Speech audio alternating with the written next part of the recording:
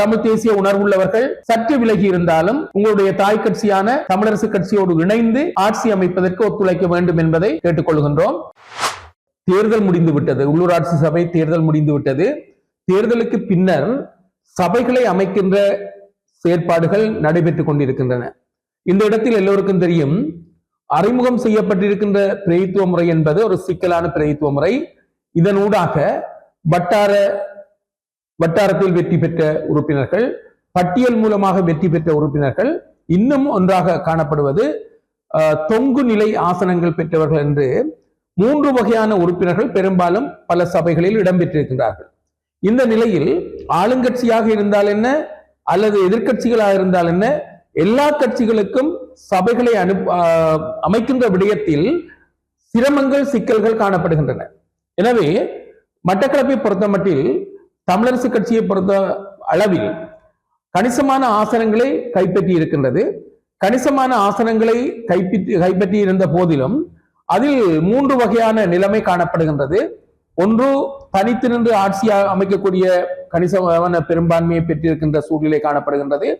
ஓரிரு ஆசனங்களை பெற்று, ஓரிரு அல்லது 3 ஆசனங்களை பெற்றுக்கொண்டு ஆட்சி அமைக்கின்ற நிலைமைகள் காணப்படுகின்றது. இன்னும் சில விடயங்கள் சற்று சவாலாக சபைகளை அமைக்கின்ற விடயங்களும் காணப்படுகின்றது. இந்த இடத்தில் நான் சொல்லக்கூடிய ஒரு விடயம் என்னவென்றால், எமது கட்சியில் சில உறுப்பினர்கள் வேட்பாளர்களாக போட்டியிட வேண்டும் என்ற விருப்பத்தோடு நீங்கள் உங்களுடைய விண்ணப்பங்களை தந்திருக்கலாம். அவ்வாறு தந்தும் சில வேளைகளில் போட்டிகள் காரணமாக உங்களுடைய விண்ணப்பங்கள் தவிர்க்க முடியாமல் உங்களை சேர்த்துக் கொள்ள முடியாத நிலைமை ஏற்பட்டிருக்கலாம். அப்படியானவர்கள் உங்களுடைய பலத்தை காட்டுவதற்காக நீங்கள் போட்டியிட்டு தமிழ் தேசிய உணர்வோடு வென்று இருக்கலாம். எனவே அவர்களிடம் நாங்கள் கேட்டுக்கொள்ளக்கூடிய ஒரு விடயம் என்னவென்றால், தயவு செய்து கடந்த காலத்தில் சில வேளைகளில் வேட்பாளர் தெரிவுகளில் சற்று தவறுகள் இடம்பெற்றிருந்தால் அவற்றை நாங்கள் எதிர்காலத்தில் சரி செய்து கொள்ள வேண்டும். அந்த அடிப்படையில் பார்க்கின்ற போது தமிழ் தேசிய உணர்வுள்ளவர்கள் சற்று விலகி இருந்தாலும் உங்களுடைய தாய் கட்சியான தமிழரசு கட்சியோடு இணைந்து ஆட்சி அமைப்பதற்கு ஒத்துழைக்க வேண்டும் என்பதை கேட்டுக்கொள்கின்றோம். அதைவிடவும் தமிழ் தேசிய பரப்பில் பயணிக்கின்ற கட்சிகள் இருக்கின்றன. அந்த கட்சிகள் ஏறத்தாழ ஒத்த கொள்கையோடு பயணிக்கின்ற கட்சிகளாக இருக்கின்றன. அந்த கட்சிகள் கூட சில ஆசனங்களை பெற்றிருக்கின்றன. அந்த கட்சிகளும் கூட வேறு கட்சிகளோடு இணைந்து ஆட்சி அமைக்கக்கூடிய ஒரு சூழ்நிலை இல்லை. எனவே அப்படியான கட்சிகளும் கூட தமிழரசு கட்சியோடு இணைந்து ஆட்சி அமைக்கக்கூடிய ஒரு சூழ்நிலையை நாங்கள் உருவாக்க வேண்டும். இதையும் விட அடுத்த இன்னொரு விடயம் சொல்ல வேண்டும்.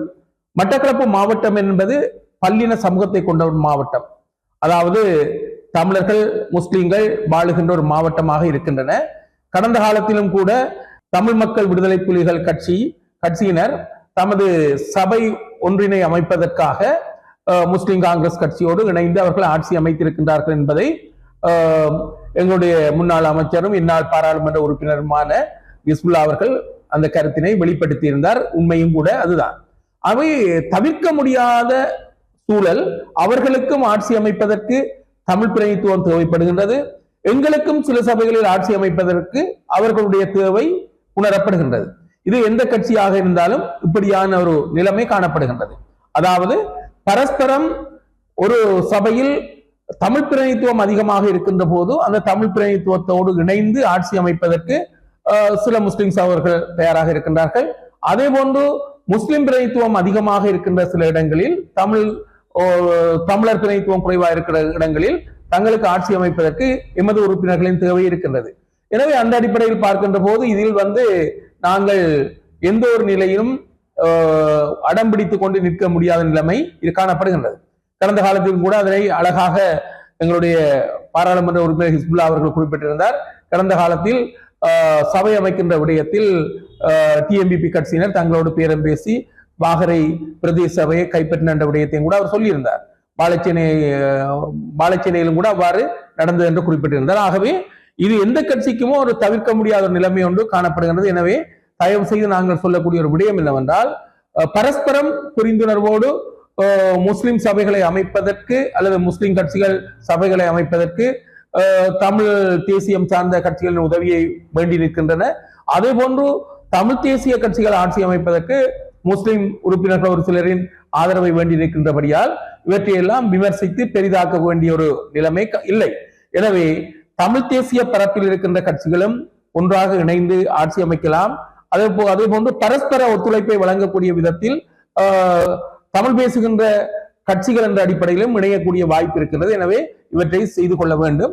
அதற்கிடையில் எங்களுடைய பதவிசார் போட்டிகளுக்காக நாங்கள் போட்டியிட்டுக் கொண்டிருக்காமல் விட்டுக் கொடுப்புகள் மூலமாக சபைகளை அமைக்கக்கூடிய வாய்ப்பு அதிகமாக இருக்கின்றது. அந்த வகையில் பார்த்தால் மட்டக்களப்பு மாவட்டத்தில் 3 சபைகளை முஸ்லிம் கட்சிகள் அல்லது முஸ்லிம் சகோதரர்கள் அமைப்பதற்கு வாய்ப்பு இருக்கின்றது. ஏனைய 9 சபைகளையும் தமிழ் மக்கள் அல்லது தமிழ் மக்கள் சார்ந்த தமிழ் தேசிய கட்சிகள் அமைப்பதற்கு வாய்ப்பு இருக்கின்றது. எனவே இந்த இடத்தில் இதனை ஒரு வாத பொருளாக மாற்றாமல் அல்லது விதண்டாவாதம் செய்யாமல் நடைமுறை சாத்தியத்தின் அடிப்படையில் இந்த சபைகளை அமைப்பதற்கு நாங்கள் முன்வர வேண்டும், அதனை செய்ய வேண்டும் என்று இந்த இடத்தில் நான் பகிரங்கமாக ஒரு வேண்டுகோளை விடுக்கின்றேன். தேர்தல் காலத்தில் பரஸ்பரம் விவாதங்கள் அல்லது தர்க்கங்கள் நடைபெற்றிருக்கலாம். அதன் போது கருத்து பரிமாற்றங்கள் இரு பக்கமும் நடைபெற்றிருக்கலாம். ஆனால் இப்போது தேர்தல் முடிந்து விட்டது. சபைகளை அமைக்க வேண்டிய தேவை இருக்கின்றது. வாக்களித்த மக்களின் எதிர்பார்ப்புகள் இருக்கின்றன. எனவே இந்த சபைகளை அமைக்கின்ற விடயத்தில் பரஸ்பர விட்டுக் கொடுப்போடு இந்த சபைகளை அமைப்பதற்கு முன்வர வேண்டும்.